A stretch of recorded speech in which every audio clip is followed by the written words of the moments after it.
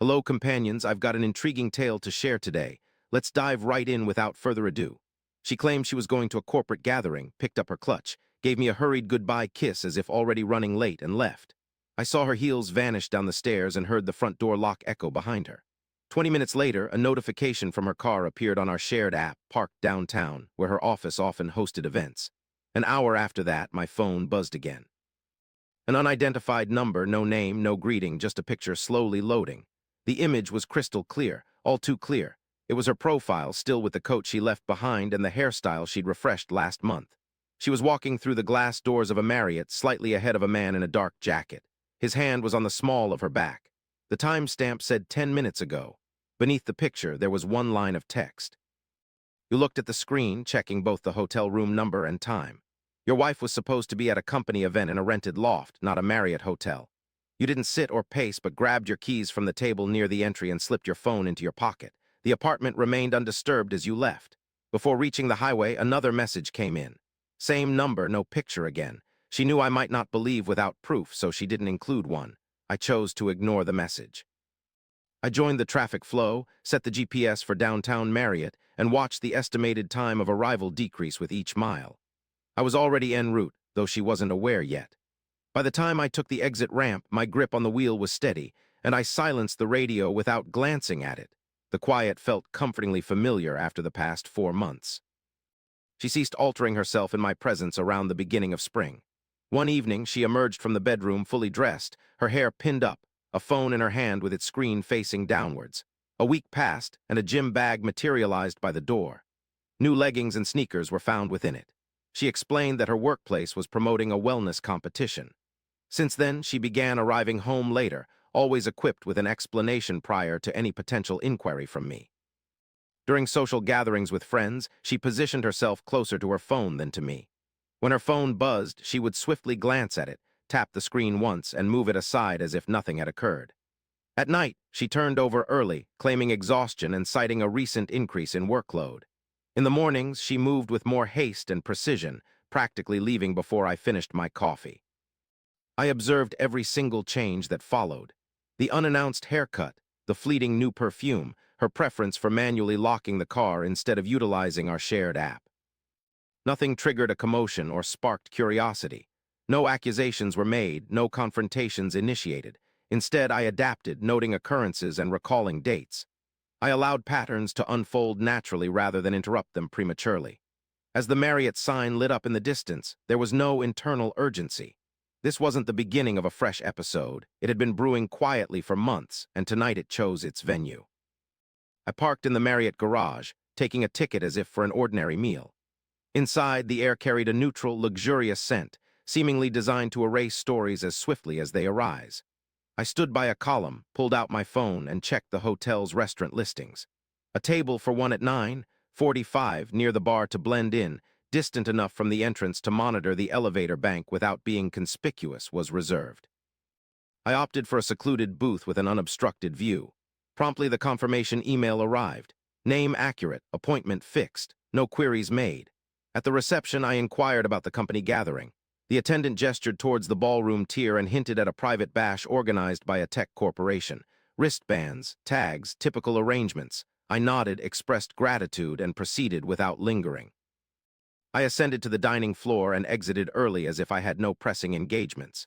Employees scurried about arranging tables, cleaning menus, inspecting lights. I halted near the railing, overlooking the foyer, and observed guests arriving and departing.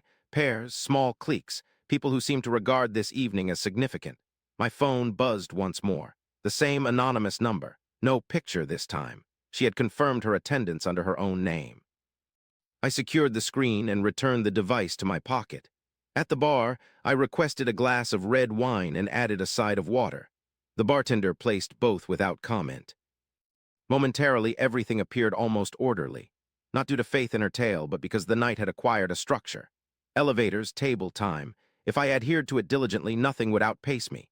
This idea remained with me long enough to feel like a semblance of control. I raised the wine glass once, then put it back down untouched and reopened the photo. The same angle, the same entrance. The man's face was still turned away, as if the hotel itself were shielding him. I zoomed in, then out, then froze the screen. My thumb hovered over her name. One call, that was all it required. Her voice would come through distinct and composed, already tailored for this moment. She'd claim it was a colleague, claim the hotel had extra space, claim the room number held no significance. She'd speak rapidly, assuredly, just as she always did when she was ahead of the game. I set the phone down, face down on the bar. A pair occupied the stools beside me, laughing boisterously, glasses chiming. I subtly readjusted my seat to maintain sight of the elevators. One of them disgorged a cluster of people adorned with event badges. Another elevator became accessible, yet vacant. My phone vibrated once more, signaling she was still above. I remained unresponsive. I summoned the bartender and requested another glass of wine, moving the previous one to the side. He filled it without inquiry as to why the first remained undrunk. The notion of contacting her became more challenging the second time around, not because I sought clarification, but because concluding the wait would be simpler. Concluding it poorly would still constitute an ending. Glancing at the clock, I noticed it was only 20 minutes past 9. If I reached out now, the evening could dissolve into alibis before even emerging. She'd find a way. She always does. By dawn, everything would be polished into something bearable and inconclusive. Instead of dialing her number, I pocketed my phone and asked for the bill instead. The elevators opened once more, prompting me to rise. I departed from the bar, standing close to the reception desk with my back to the elevator doors. Once more my phone emerged, not for calls or messages, but to open a food delivery app. Flowers, hotel delivery, same evening. I opted for a bouquet of vivid red roses, ones that wouldn't be confused as an oversight or courtesy. I inputted the hotel name, bypassing autocomplete, and typed the room number accurately, as it had been sent to me 2107. The app prompted for delivery time. I set it precisely for 10 o'clock. The notes section remained vacant. I filled it out without alteration, writing instead, "I'm here, at your company event. Meet me in the hotel restaurant at 10. We need to discuss something." Signed with my full name, no initials, jokes, or punctuation for softening. Payment processed. Delivery scheduled. I secured the phone and placed it back into my pocket as an elevator door slid open behind me. Without looking back, I walked purposefully towards the restaurant entrance and handed over my name to the host. He looked at the selection, gave a brief nod, and guided me towards the previously chosen table. It was a corner seat, offering a broad view of the elevator banks. The lighting was dim, minimizing distractions. I took my seat, neatened the menu without glancing at it, and requested another glass of wine. The traffic outside seemed unperturbed, as if everything was ordinary. An imminent knock from upstairs was expected, and following that, there would be no more pretenses. In 5 minutes prior to 10, the restaurant was moderately filled, maintaining a lively yet quiet atmosphere. A server delivered my wine and retreated. I left it untouched, focusing instead on the elevators. At precisely 10, one of them slid open. She exited alone, dressed in the same attire as when she had departed the apartment, no jacket this time. Her hair was now loose, not styled as before. Her face appeared pale, as if she had hastily wiped something away. She briefly surveyed the room, slowly at first, then more quickly. She recognized me. She halted her progression. For a brief moment she stood there, seemingly anticipating directions that never arrived. Subsequently, she advanced directly towards the table, bypassing the host who initially spoke but subsequently fell silent. She pulled out the chair opposite me and took a seat without uttering a word. Her hands rested on the table's edge. There was no phone, no bag, no flowers present. I grasped the wine bottle and poured it into the empty glass before me, demonstrating precision to avoid spillage. I pushed the filled glass towards her. She chose not to touch it.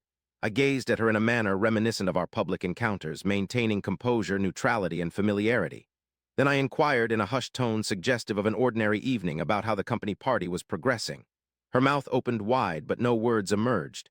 The area buzzed with the sounds of plates shifting and glasses clinking. Someone erupted in boisterous laughter from the bar. She fixed her gaze on the table. Her fingers clenched once, then relaxed. I remained patient. Her lips moved again as if she was about to utter something. Her chest heaved once, suddenly and irregularly. The wine glass before her remained untouched in the spot I had placed it. I dipped my hand into my jacket and extracted my wallet. I avoided looking at her as I withdrew the cash. I arranged the bills neatly on the table, more than enough to cover the wine, tip, and our seating area. Afterward, I put my keys beside the money. Keys recognizable to her immediately, apartment keys, garage fob. The sound they made hitting the table was quiet but decisive. Her hands quivered, hovering just above the keys before retreating. Her eyes found mine, now wide with a desperate search for an interruption. I rose from my seat. The chair retreated softly without a sound or spectacle. I straightened my jacket, moved around the table, and walked away at a steady pace. The server paused in her steps, menu still in hand, glancing between the money, keys, and her face. She remained motionless. She remained stationary, rigid shoulders fixed on an empty chair opposite her as if it had taken something with it. I didn't turn around.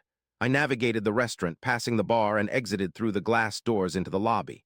The elevators were cycling, carrying other people to other evenings. I walked out of the hotel directly. The doors closed behind me, isolating the commotion within. That was it.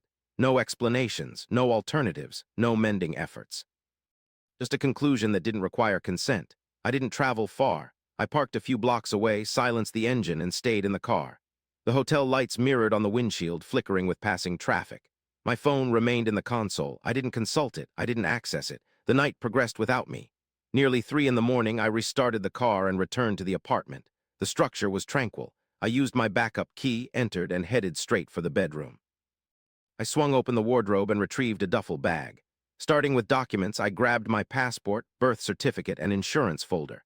Next, I took out my laptop, followed by its chargers. Clothes from the back of the closet were selected, ones that she didn't pay attention to. Navigating the room without switching on the lights, I knew each item's location due to familiarity.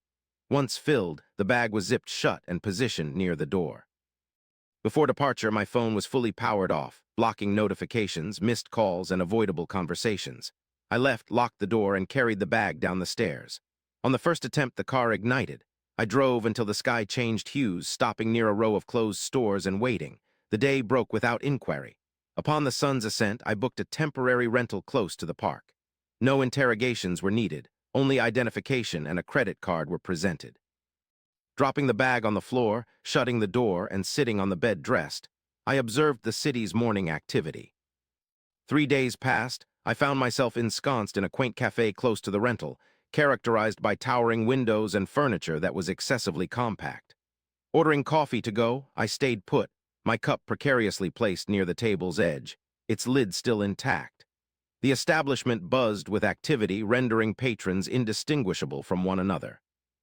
It was amidst this anonymity that I recognized him, a face familiar from her company gatherings, typically relegated to the periphery and consistently courteous.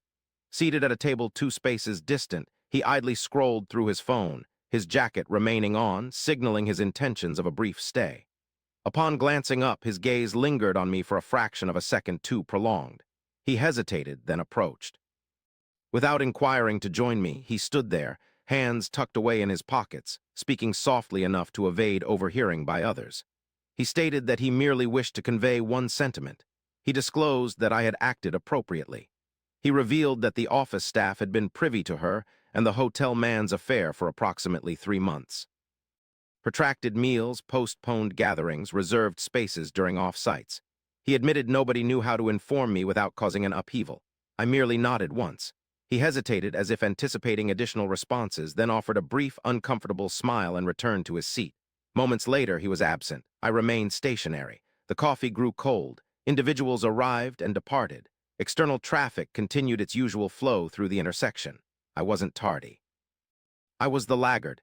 Everyone else had already acclimated themselves to the narrative while I was still inhabiting the rendition they allowed me to retain. A week afterward, my phone illuminated for the initial time since reactivation.